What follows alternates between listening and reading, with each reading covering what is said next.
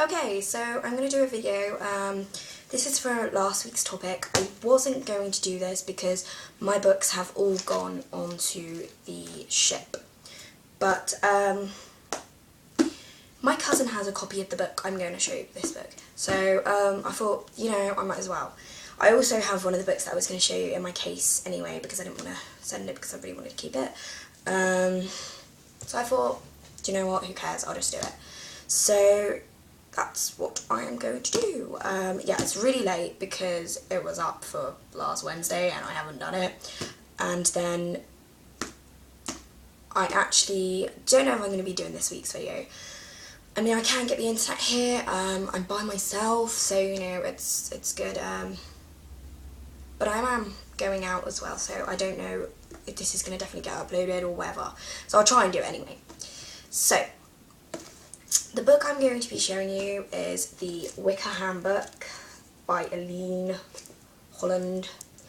This book is the first book I ever got. I actually saw it here on my cousin's side, and that's what got me interested in Wicca, because I bought it as soon as I got home. She did let me flick through it, and I was reading it for like the last 2 hours I was here. I got home and I ordered it right away. As soon as it came through, I did not move from the spot. I just read the whole book because, yeah. Obviously you skip over a few things, but yeah, the book helped me so much.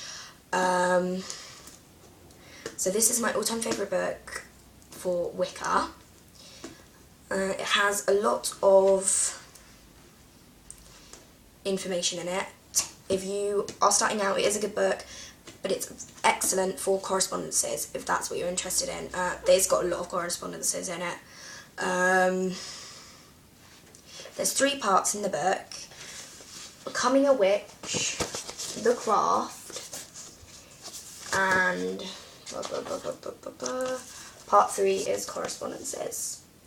Now, as you can see, the book's pretty thick. There's about 300 pages, but it's excellent. It really is. It did help me so much. I'll actually show you. I will actually read this up to you. So part 1 covers getting started in Wicca or witchcraft. It can also be used by seekers who explore pagan paths and spiritual alternatives. Part 2 is about what we do and how we do it. No devil worship, blood sacrifice, or broomstick flying. New witches will learn from it. Experienced practitioners will use it for reference. So yeah, it can be used for reference if you're not a beginner. Part 3 is for everyone, from novice to adept. It contains useful information for writing spells, creating rituals, and making tools, charms, potions, and so forth. So yeah, it's not just for the beginner, but she said right at the start, in the introduction, it is for beginners as well as, witches who have been on the path for a while. So yes, the book is, seriously, I love it so much. It starts off with like the Wiccan read. There's a lot about Wicca, like history-wise, and there's like different traditions. I mean, some of the topics haven't got like a massive bit of information, you have a small paragraph, but it's still in there and there's still information, so that's good. There's a lot on the elements, which I did love this book for the elements information. It has a lot of information.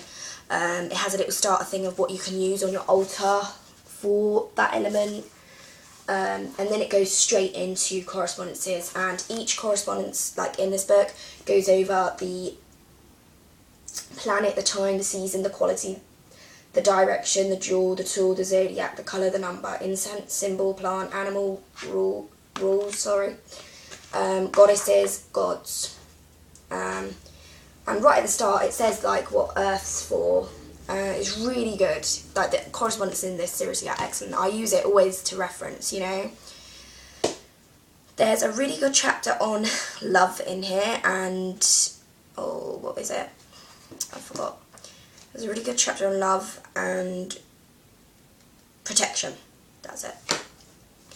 I do really recommend this book to anyone who's like, wants to start out in Wicca, or whoever. If you've started out in Wicca for a long time and you just want to use it for correspondence reference, it's excellent. My copy looks so old though because I've had it so long, and it's like I never stop looking back on it, you know, I always use it. Oh, another thing is actually there is like little examples that you can use, and then she's just done a line so you can fill it in with what you want to fill in here for like spells and rituals and stuff. So like what goddess you want to use or so on. Obviously there's the real starter stuff, like about Wicca, starting in magic, book of shadows, the witch's tools, the elements, casting circles and writing spells. There's a lot of information at the start about, you know, the things that they go over in a lot of books. So yeah, if you want to get started in Wicca or witchcraft, this is a really good book. So yes, that's the first book I'm going to recommend. The second book I'm going to recommend is my favourite crystal book, and that is the Crystal Bible. I think a lot of people have heard of this book. A lot of people have it, you know, it's such a good book. If you're interested in crystals, it's one book I think you need on your shelf. So this book is really colourful. It's all listed in colour, the crystals. They have real great pictures, well, most of them do anyway. Although I do find it easier to look at a crystal and recognise it when it's a rough, I don't know why I said that, a rough piece of crystal. So here, for example, is graphenite, which I've never heard of. Yeah, this is more of a rough piece, and then there's a tumble piece of, yeah, I'm not even going to try pronouncing that because that's just so hard. There's a piece of hematite, there's a tumble piece. You know, I do find it easier to recognise a rough piece. So this is, yeah, amethyst. This I just find easier than just having a tumble piece. Sometimes I struggle to look at a piece of tumble and look at it in like books and try and recognise it. But the pictures are really clear and really good on most of the crystals. Some of the pieces have like jewellery. I think there was a piece of it was just like a necklace with the rainbow opal in. But yes, this is 500 crystals to heal your body, mind and spirit. I have the crystal handbook as well.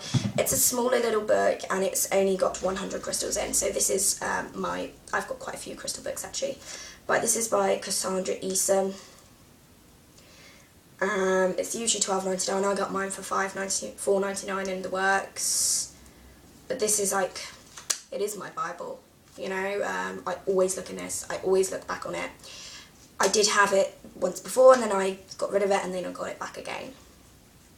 And at the start there's information on crystals you can use for love, there's chakras, there's crystal healing, there's choosing crystals, you know, to choose the right pieces, crystals and colours, which I copied into my Book of Shadows. There's crystals in history, yeah, so there's a lot of information here. It's not just crystals.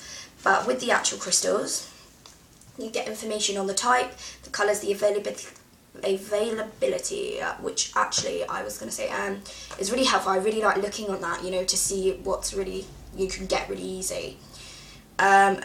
There's emotional healing chakra, and then there's candle colour, workplace. There's just like using it for its magical work.